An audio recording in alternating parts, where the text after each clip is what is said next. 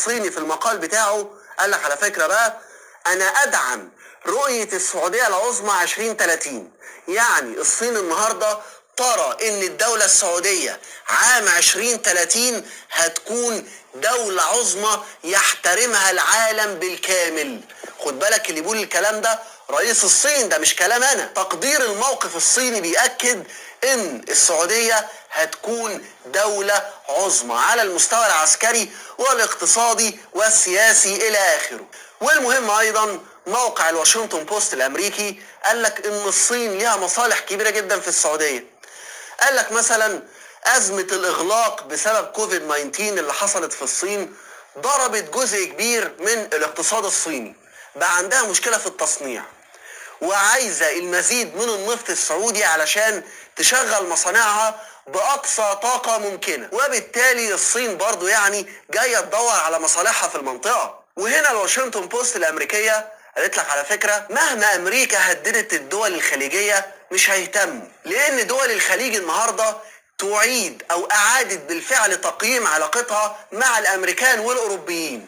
هم الخليج شايفين إن خلاص يعني احنا كنا زمان دول لسه ناشئة بنبص على العالم، النهاردة موازين القوة في العالم اختلفت تماما، وان امريكا قبل كده كانت طبقا يعني للمصالح السعودية بتهيمن على النفط الخليجي. وطبعا برضو يعني الخليج استفاد، ما هو الامريكان استفادوا من اتفاق ربط بيع النفط الخليجي بالدولار، والخليج استفاد من التكنولوجيا الامريكية.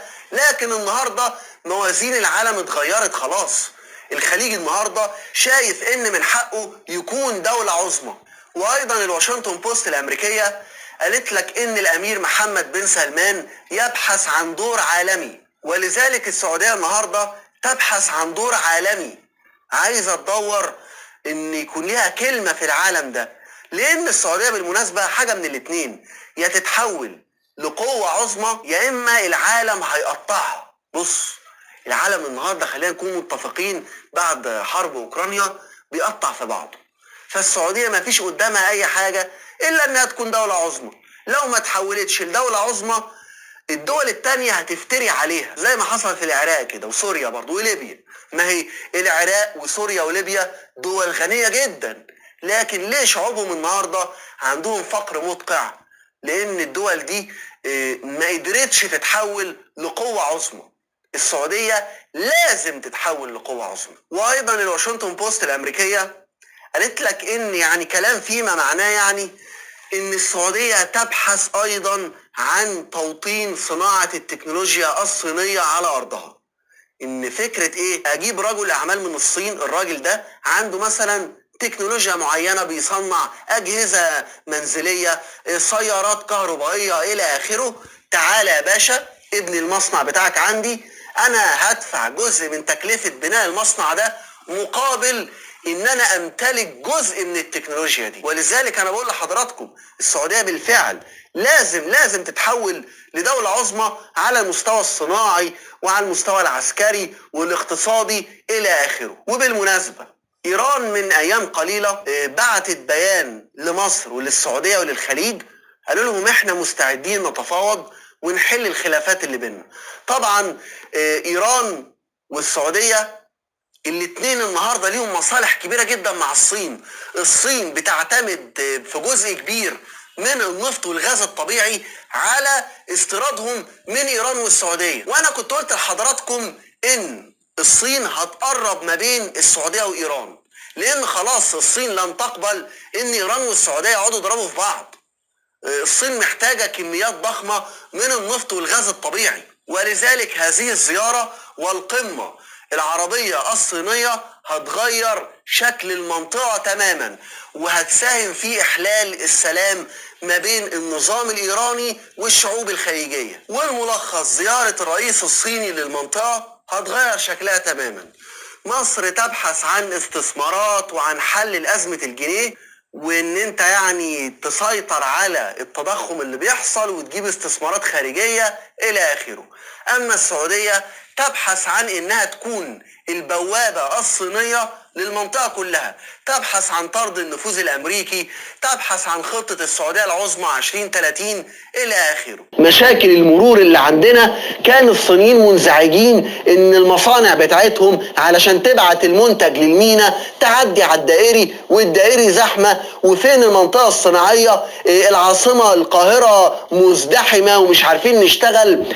ظاهرة يعني انتوا عارفين عندنا في مصر سرسجية وقلة ادب، يعني يحققوا استقلال اكبر عن النفوذ والمصالح الامريكيه.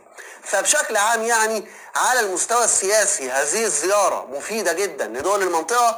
على المستوى الاقتصادي بالنسبه لمصر طبعا يعني يعتبر انقاذ ما يمكن انقاذه من الاقتصاد المصري. والمهم موقع صحيفه الجارديان البريطانيه قال لك ان رئيس الصين سيلتقي باكثر من 30 رئيس دوله، ورجال الاعمال اللي في الدول دي هيلتقي برجال اعمال مصريين ورجال اعمال من الخليج والجزائر والمغرب وكل الدول اللي هتشارك في القمه دي.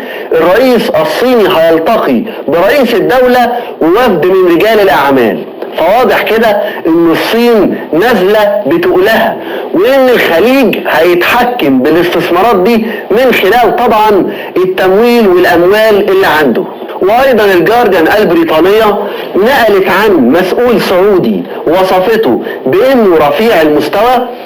المسؤول ده هدد الامريكان وقال التالي بالنص: قلنا مرارا ان هناك اطرافا كثيرة غير امريكا يمكن للسعودية ان تتعاون معها، وهذه الرسالة ستتضح للامريكان حين تبدأ زيارة الصين للسعودية. ان الصينيون لا الأمير محمد بن سلمان قال للأمريكان إن زمن التحالف الخالص اللي هو الأمريكي السعودي حصرا انتهى. الصين موجودة وبالمناسبة متطورة عن أمريكا في بعض الصناعات والاستثمارات يعني، وبالتالي السعودية في الأول والآخر بتدور على مصلحتها. يعني السعودية لو قدامها صفقة أمريكية أرخص وأكثر جودة من الصينية هتعمل عادي.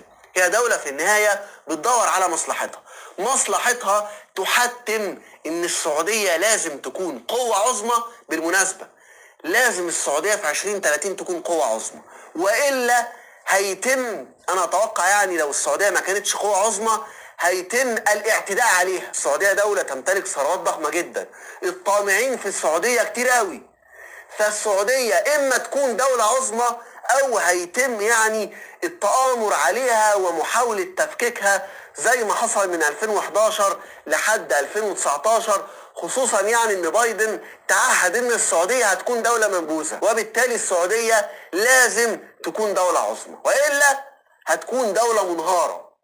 الشعب السعودي امام تحدي ما ينفعش يخسره. والمهم ايضا موقع الفاينانشال تايمز البريطاني قال لك ان الصين، يعني زيارة رئيس الصين دي في السعودية عاملة زي ما يكون رئيس الصين عمال ماشي على الارض كده ويكسر صوابع الرئيس الامريكي. قالت لك ان الصين تخطو على اصابع